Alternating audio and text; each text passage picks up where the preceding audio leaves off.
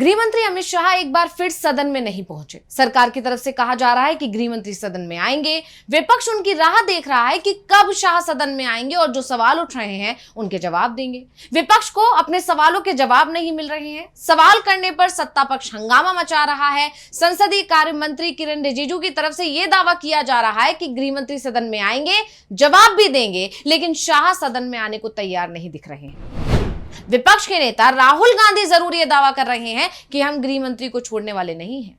छात्रों के मुद्दे पर उन्हें जवाब तो देना ही होगा, जवाबदेही लेनी होगी और जो गलतियां गृह मंत्री ने की हैं उसके बाद उन्हें मंत्री पद से भी जाना होगा। विपक्ष सदन के अंदर और बाहर दोनों ही जगह सवाल उठा रहा है, लेकिन शाह जवाब देने को तैयार नहीं है। और अब विपक्ष ने चेतावनी दे दी है कि अगर सरकार चाहती है कि उन बिलों पर चर्चा हो जो सरकार लाना चाहती है, तो पहले अमित शाह को जवाब देना ही होगा। और इसके बाद मोदी सरकार का रुख बदला है। अब सरकार का कहना है कि अमित शाह सदन में आने को तैयार हैं और अब सवाल ये उठ रहे हैं कि जब अमित शाह संसद आ रहे थे तो फिर पहले ही सदन में आने को तैयार क्यों नहीं हो गए?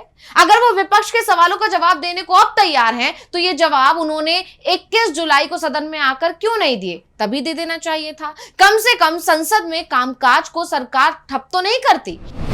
और एक बात और साफ हो गई है कि अमित शाह अगर सदन में आ रहे हैं तो वो अपनी मर्जी से नहीं आ रहे हैं, बल्कि वो विपक्ष के दबाव में ही आ रहे हैं। ऐसे में एक सवाल और उठने लगा है कि क्या विपक्ष के दबाव में अमित शाह अब माफी भी मांगेंगे? क्या ये राहुल गांधी के आक्रामक रुख का दबाव है? और इन सब पर करेंगे चर्चा इस स्पेशल रिपोर्ट में। नमस्कार, मैं हूं अंशिता।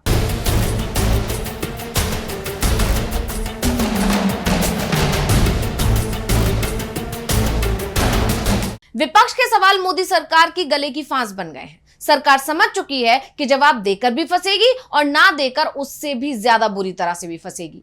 राहुल गांधी ने एक दिन पहले ट्वीट कर अमित शाह को सीधे चुनौती दी थी कि शाह बच नहीं पाएंगे, उन्हें जवाब देना ही पड़ेगा। बताना पड़ेगा कि दिल्ली पुलिस ने देश के गृह मंत्री को अंधेरे में रखा या बिना गृह मंत्री की सहमति के छात्रों पर पैलेट गन का इस्तेमाल किया। दिल्ली पुलिस ने देश के गृह मंत्री को इस बारे में कुछ भी नहीं बताया, और अगर ऐसा है तो देश का गृह मंत्री ही कमजोर है। या फिर दूसरी संभावना इस बात की है कि दिल्ली में छात्रों पर पैलेट गन का जो इस्तेमाल किया गया उसका आदेश खुद गृह मंत्री की तरफ से ही दिया गया था। सच क्या है, इसका खुलासा सदन में हो सकता है, और खुलासा सिर्फ कोई कर सकता है तो वो है गृह मंत्री अमित शाह ही। और जैसे ही राहुल गांधी ने एक दिन पहले कहा था कि हम अमित शाह का पीछा छोड़ने वाले नहीं हैं, उन्हें बताना ही होगा कि किसके आदेश पर दिल्ली में छात्रों पर पैलेट गन चली। और अब राहुल गांधी ने एक और आर्टिकल के सहारे मोदी सरकार और खासकर अमित शाह पर निशाना साध दिया। राहुल गांधी के इस आर्टिकल का टाइटल है अमित शाह या तो दोषी हैं या अक्षम। इसके साथ ही राहुल ने अपनी मांग दोहरा दी और अमित शाह से इस्तीफा मांग लिया। राहुल गांधी ने कहा, जब हर महत्वपूर्ण काम का श्रेय प्रधानमंत्री और गृह मंत्री को दिया जाता है और उनके अनुमोदन के बिना कुछ नहीं होने का दावा किया जाता है, तो फिर छात्रों पर हुई पुलिस कार्रवाई की जिम्मेदारी से वो कैसे बच सकते हैं? यानी राहुल गांधी ने इशारों में यह बात कह दी कि जब हर चीज का आदेश केंद्र सरकार की तरफ से दिया जाता है तो फिर पैलेट गन चलाने का आदेश भी तो केंद्र सरकार ने ही दिया होगा। वहीं इससे पहले उन्होंने पोस्ट कर चेतावनी दी थी कि आपकी चुप्पी विपक्ष की आवाज नहीं दबा पाएगी। ये मत समझिए कि हम जवाबदेही मांगना बंद कर देंगे, आज नहीं तो कल इस जुर्म का जवाब आपको देना ही पड़ेगा। यानी विपक्ष अब इस मुद्दे को नहीं छोड़ेगा, ये सरकार को दिख गया है।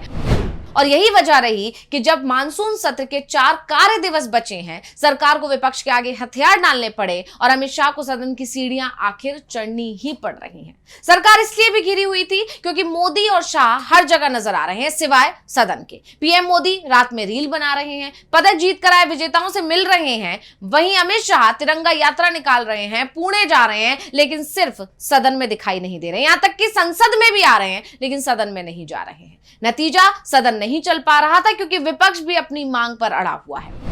विपक्ष ने भी सरकार के सामने शर्त रख दी है कि पहले अमित शाह का बयान, अमित शाह का जवाब, उसके बाद कोई दूसरा काम। कांग्रेस महासचिव जयराम रमेश ने एक्स पर एक पोस्ट में प्रधानमंत्री और गृह मंत्री अमित शाह पर निशाना साधते हुए कहा कि ये जोड़ी बड़ी बड़ी बातें करने और खोखली डींगे हाँकने में माहिर है, लेकिन उनकी कायरता का अब पूरी तरह पर्दाफाश हो गया है। विपक्ष अब खुलकर कह रहा है कि हम सदन चलाने को तैयार हैं, सिर्फ सरकार की वजह से ये नहीं हो पा रहा है। मल्लिकार्जुन खड़गे ने तो सीधे मोदी और शाह से इस्तीफे की ही मांग कर डाली। सुनिए अब क्या बोले खड़गे। हम कोई उनको दूसरा कुछ नहीं मांगते, यही मांगते सदन में आओ, बात रखो, डिबेट शुरू हो जाए।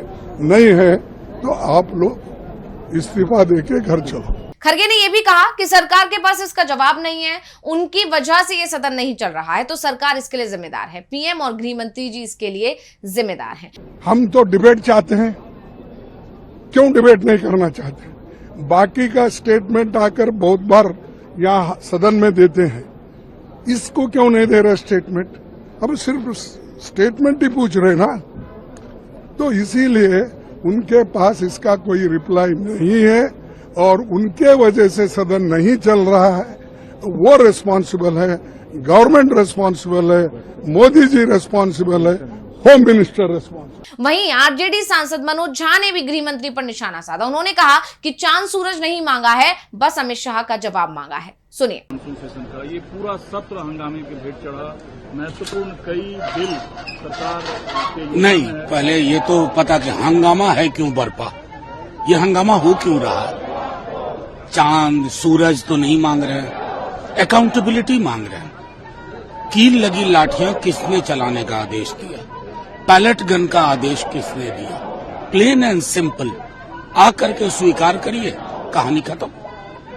लेकिन झारखंड में भी तो कोलाहल है छात्रों का। पैलेट गन चली है, कील लगी लाठियां और लगभग रिजॉल्व हो चुका है। यानी पूरा विपक्ष एकजुट होकर सिर्फ अमित शाह के जवाब का इंतजार कर रहा है, अमित शाह पर दबाव बना रहा है, मोदी सरकार पर दबाव बना रहा है। वहीं इससे पहले संसद परिसर में अमित शाह जवाब दो के बड़े बड़े पोस्टर्स लेकर इंडिया गठबंधन ने अपना प्रदर्शन जारी रखा और नारे लगाए। अमित शाह सदन में आओ, सदन में आओ, सदन में आओ, सदन में आके जवाब दो, जवाब दो, जवाब दो, सदन में आके जवाब दो, जवाब दो, जवाब दो।